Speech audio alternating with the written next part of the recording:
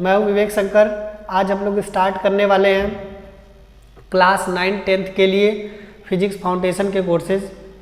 तो सबसे पहले आज हम लोग स्टार्ट करेंगे कि ये जो फिजिक्स है वो एनसीईआरटी में कहाँ से हमको मिलती है, क्योंकि ऐसा कोई बुक नहीं होती है एनसीईआरटी में, साइंस की बुक है। तो साइंस की बुक में हम लोग फिजिक्स कैसे पढ़ते हैं, उसके पहले हम ये जानेंगे कि ये साइंस होता क्या है और इसमें क्या क्या चीज़ें पढ़ने को मिलती हैं। तो सबसे पहले जानते हैं व्हाट इज साइंस ना, साइंस क्या है। तो बच्चों साइंस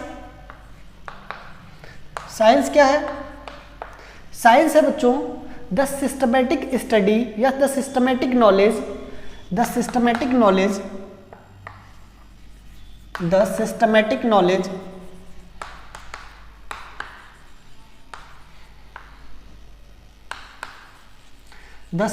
नॉलेज अबाउट एनीथिंग, किसी भी चीज के बारे में, अबाउट एनीथिंग, किसी भी चीज के बारे में, about anything which we are get from experiment and observation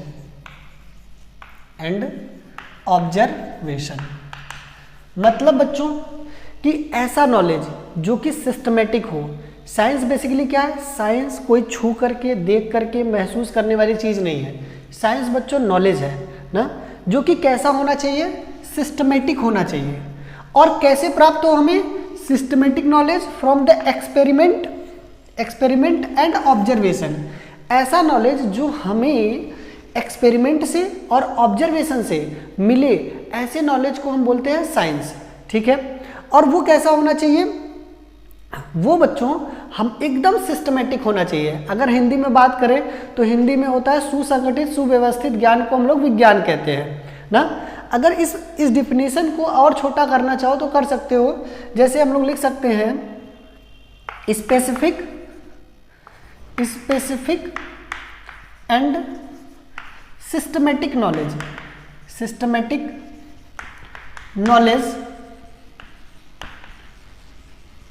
about anything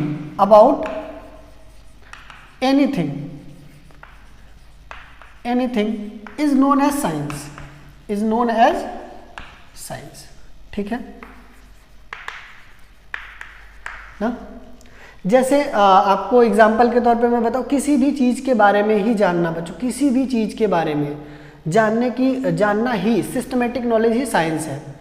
जैसे आपके मन में पहले क्वेश्चन आ सकता है कि एग्जाम्पल के तौर पे देख सकते हैं, जैसे फैन है, फैन कैसे चल रहा है? तो हमने कहा इलेक्ट्रिसिटी से चल रहा है। तो इलेक्ट्रिसिटी है क्या? इलेक्ट्रिसिटी या सोर्स ऑफ एनर्जी है। अगर ये सोर्स ऑफ एनर्जी हमें कई तरीके से मिल सकती है। अब ये क्वेश्चन है कि इलेक्ट्रिसिटी आती कैसे है या इलेक्ट्रिसिटी बनती कैसे है। तो हमने कहा इलेक्ट्रिसिटी फ्लो ऑफ चार्ज है। अब आपने कहा ये चार्ज क्या होता है? हमने कहा ये मैटर की प्रॉपर्टी है। आपने कहा मैटर क्या है? हमने कहा anything which occupy space and having mass, हर एक चीज जिसके पास मास है और जिसके पास जो स्पेस कवर करता है उसको हम लोग मैटर कहते हैं।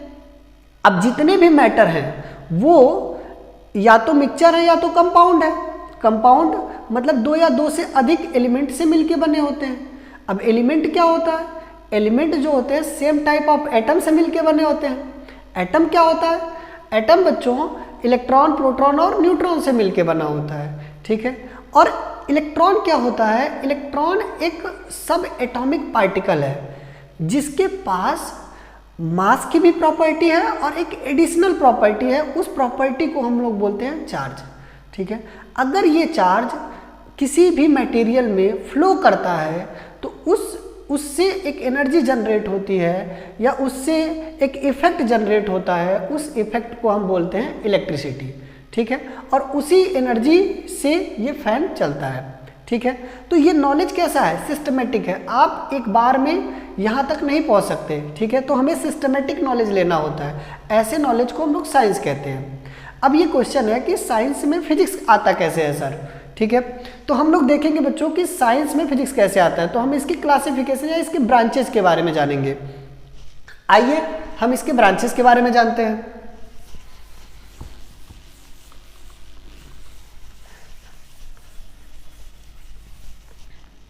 अब देखिए साइंस को बेसिकली दो पार्ट में पहले हम लोग डिवाइड कर सकते हैं, ठीक है बच्चों। साइंस को बेसिकली हम लोग दो पार्ट में डिवाइड कर सकते हैं। पहला है फंडामेंटल साइंस, फंडामेंटल साइंस, और दूसरा है बच्चों अप्लाइड साइंस, अप्लाइड साइंस, ठीक है। फंडामेंटल साइंस क्या होता है बच्चों?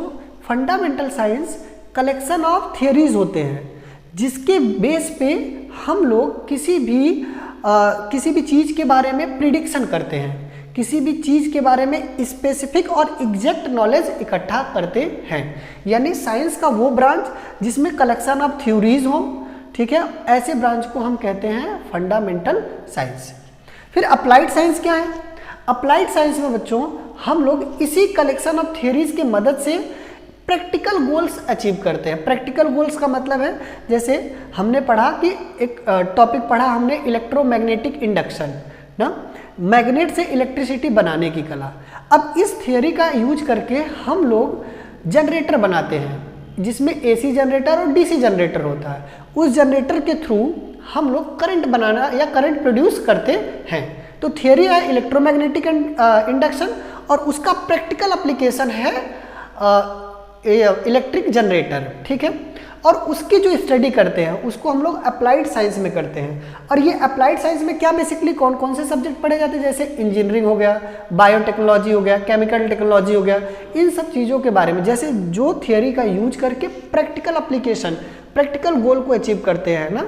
इंजीनियरिंग में जैसे हम लोग बहुत सारे थियरीज को पढ़ के अलग अलग टाइप के कंप्यूटर साइंस, ये सब इंजीनियरिंग या फिर सिविल इंजीनियरिंग है, इन तमाम तरीके की इंजीनियरिंग होती है, उनमें हम लोग प्रैक्टिकल यूज के चीज़ों को बनाते हैं और उससे डेली लाइफ को और ही सिंपल करते हैं, ठीक है। अब इसको छोड़ते हैं और यहाँ पे आते हैं। इसके कितने पार्ट हैं? इसके बच्चों दो पार्ट हैं ना, इसके दो पार्ट हैं। एक होता है एम्पिरिकल साइंस, एम्पिरिकल साइंस, और दूसरा होता है बच्चों फॉर्मल साइंस, फॉर्मल साइंस, ठीक। अच्छा, एम्पिरिकल साइंस क्या है?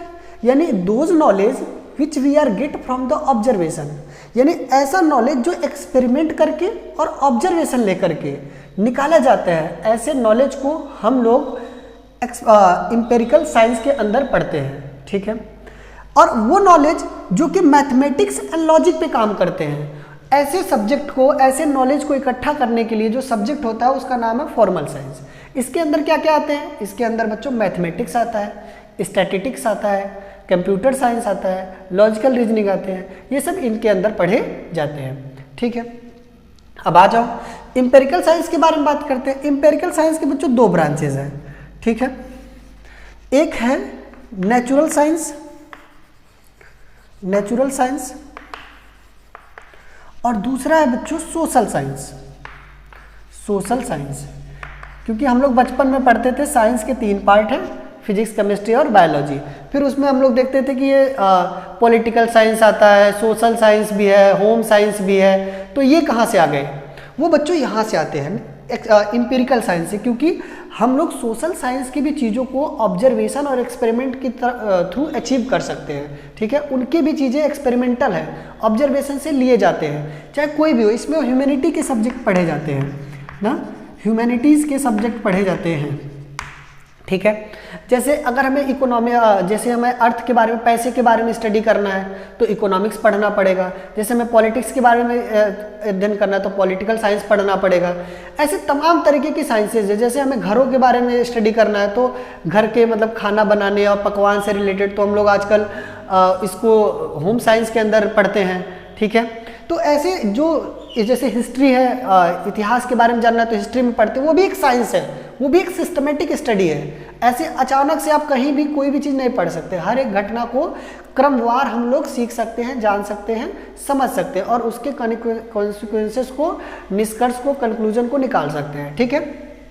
अब आ जाइए इस पे बात करते हैं। नेचुरल साइंस बच्चों दो तरीके का है, ठीक है ना। नेचुरल मतलब कि जो नेचर में घटनाएं हो रही हैं, जितनी चीज़ें नेचर में चल रही हैं, ऐसी घटनाओं के बारे में स्टडी को हम बोल रहे हैं नेचुरल साइंस, ठीक है, जो भी चीज़ें, क्योंकि हमारे आसपास की जो भी चीज़ें हैं सब नेचर से रिलेटेड है, तो नेचुरल साइंस। और नेचर को हम पहले दो भागों में डिवाइड कर देते हैं कि हमको कैसे पढ़ना है, एक तो लिविंग ऑर्गेनिज्म और एक नॉन लिविंग चीज़ें। ठीक है, तो लिविंग चीज़ें क्या है, लिविंग चीज़ें के लिए हम लोग लाइफ साइंस को पढ़ते हैं, life science, life science, life science पढ़ते हैं। ठीक है, लाइफ साइंस के अंदर जो बायोलॉजी चैप्टर है, बायोलॉजी सब्जेक्ट है, वो क्या करता है, वो study of the living things ना, उसके लिए हम लोग लाइफ साइंस या बायोलॉजी सब्जेक्ट का यूज करते हैं। उसमें भी कई डिवीज़न है, बॉटनी है, जूलॉजी है, इस तरीके से, और बहुत सारे और भी डिवीज़न हो जाते हैं। जितना आप माइन्यूट लेवल पे जाओगे, जितना आप माइक्रो लेवल पे जाओगे, उससे डिवीज़न बढ़ते जाएंगे। ठीक है, अब देखो, और जो नॉन लिविंग थिंग्स हैं उनके बारे में हम कहाँ स्टडी करते हैं। नॉन लिविंग थिंग्स में जैसे पहाड़, झरना, हवा चल रही है नहीं चल रही है, और उसके बाद पानी गर्म से ठंडे की तरफ क्यों फ्लो कर रहा है, वाटर ऊपर से नीचे ही क्यों गिर रहा है, ऐसे तमाम तरीके के क्वेश्चन, ठीक है, जो आपके मन में है ना। वाटर किससे मिल के बना है, वाटर में क्या क्या हो रहा है, कैसे उसकी क्या क्या प्रॉपर्टीज़ हैं, इन सब के बारे में स्टडी हम बच्चों कहाँ करेंगे, नेचुरल साइंस के फिजिकल साइंस पार्ट में, फिजिकल साइंस में। अब देखो, फिजिकल साइंस का मतलब क्या होता है। फिजिकल साइंस का मतलब है फिजिकल वर्ल्ड से रिलेटेड, जो हमारे पास जो भी चीज़ें हमारे पास अवेलेबल हैं, जिनको हम छू सकते हैं, महसूस कर सकते हैं, देख सकते हैं, समझ सकते हैं। ठीक है, ऐसी चीज़ों को हम बोलते हैं फिजिकल वर्ल्ड। ठीक है, और वो नॉन लिविंग है। तो ऐसी चीज़ों के बारे में जो स्टडी की जा रही है वो फिजिकल साइंस के अंदर की जा रही है। इसके 4 पार्ट है बच्चों। ठीक है, एक है, पहला है फिजिक्स, जो हमें स्टडी करना है। इसके बारे में हम लोग अगले वीडियो में डिटेल बात करेंगे। ये क्या करता है, study of nature and natural phenomena, nature में होने वाली घटनाओं के बारे में बात करता है। ठीक है, दूसरा है बच्चों हमारे पास केमिस्ट्री। केमिस्ट्री, केमिस्ट्री क्या करता है, ये भी नेचर का एक पार्ट है, क्योंकि नेचर में मटेरियल अवेलेबल है। तो ये सिर्फ एक पार्ट को स्टडी करता है जिसका नाम है मैटर। मतलब मैटर किससे मिलके बना है, उसके क्या क्या पार्ट है, एक मैटर दूसरे से मिलेगा तो क्या होगा, उसकी क्या क्या प्रॉपर्टीज़ होंगी, उनकी प्रॉपर्टीज़ में क्या क्या डिफरेंसेस आएंगे, क्या क्या यूजेस हैं, उसका अपनी डेली लाइफ में कैसे इस्तेमाल है। ठीक है, एक और पार्ट है बच्चों जिसको बोलते हैं हम लोग अर्थ साइंस। क्या बोलते हैं, अर्थ साइंस। ठीक, ये अर्थ के बारे में। और चौथा पार्ट है बच्चों हमारे पास, आई होप आपको दिख रहा होगा, अगर नहीं दिख रहा होगा बच्चों तो हम लोग इसको सुन सकते हैं, समझ सकते हैं। ठीक है, एस्ट्रोनॉमी बोलते हैं इसको, एस्ट्रोनॉमी। एस्ट्रोनॉमी में क्या होता है, स्टडी ऑफ यूनिवर्स ना। यूनिवर्स भी इस पूरे फिजिकल वर्ल्ड का एक पार्ट है। तो एस्ट्रोनॉमी हमने बनाया हुआ है, एस्ट्रोनॉमी के थ्रू हम लोग स्टडी ऑफ यूनिवर्स पता करते हैं। मतलब स्टडी ऑफ यूनिवर्स मतलब यूनिवर्स के बारे में स्टडी करते हैं कि ये किस तरीके से, मतलब ये संसार जो चल रहा है, आकाश गंगाएं, गैलेक्सीज, ये सब, इन सब के बारे में स्टडी करते हैं। Black hole, positive matter, negative matter, इन सब के बारे में, नेगेटिव एनर्जी के बारे में, इन सब के बारे में स्टडी करते हैं। आजकल ये टॉपिक बहुत ज़्यादा फेमस हो रहा है। ठीक है, तो आई होप आपको ये सारा डिवीज़न बच्चों समझ में आया होगा। ठीक है, और इसमें आपको कहीं भी कोई दिक्कत नहीं होगी। अब हम लोग अगली वीडियो फिजिक्स पे बताएंगे, फिजिक्स क्या है और उसके ब्रांचेस क्या है। तब तक ख्याल रखिए, मुस्कुराते रहिए, हंसते रहिए। Bye bye.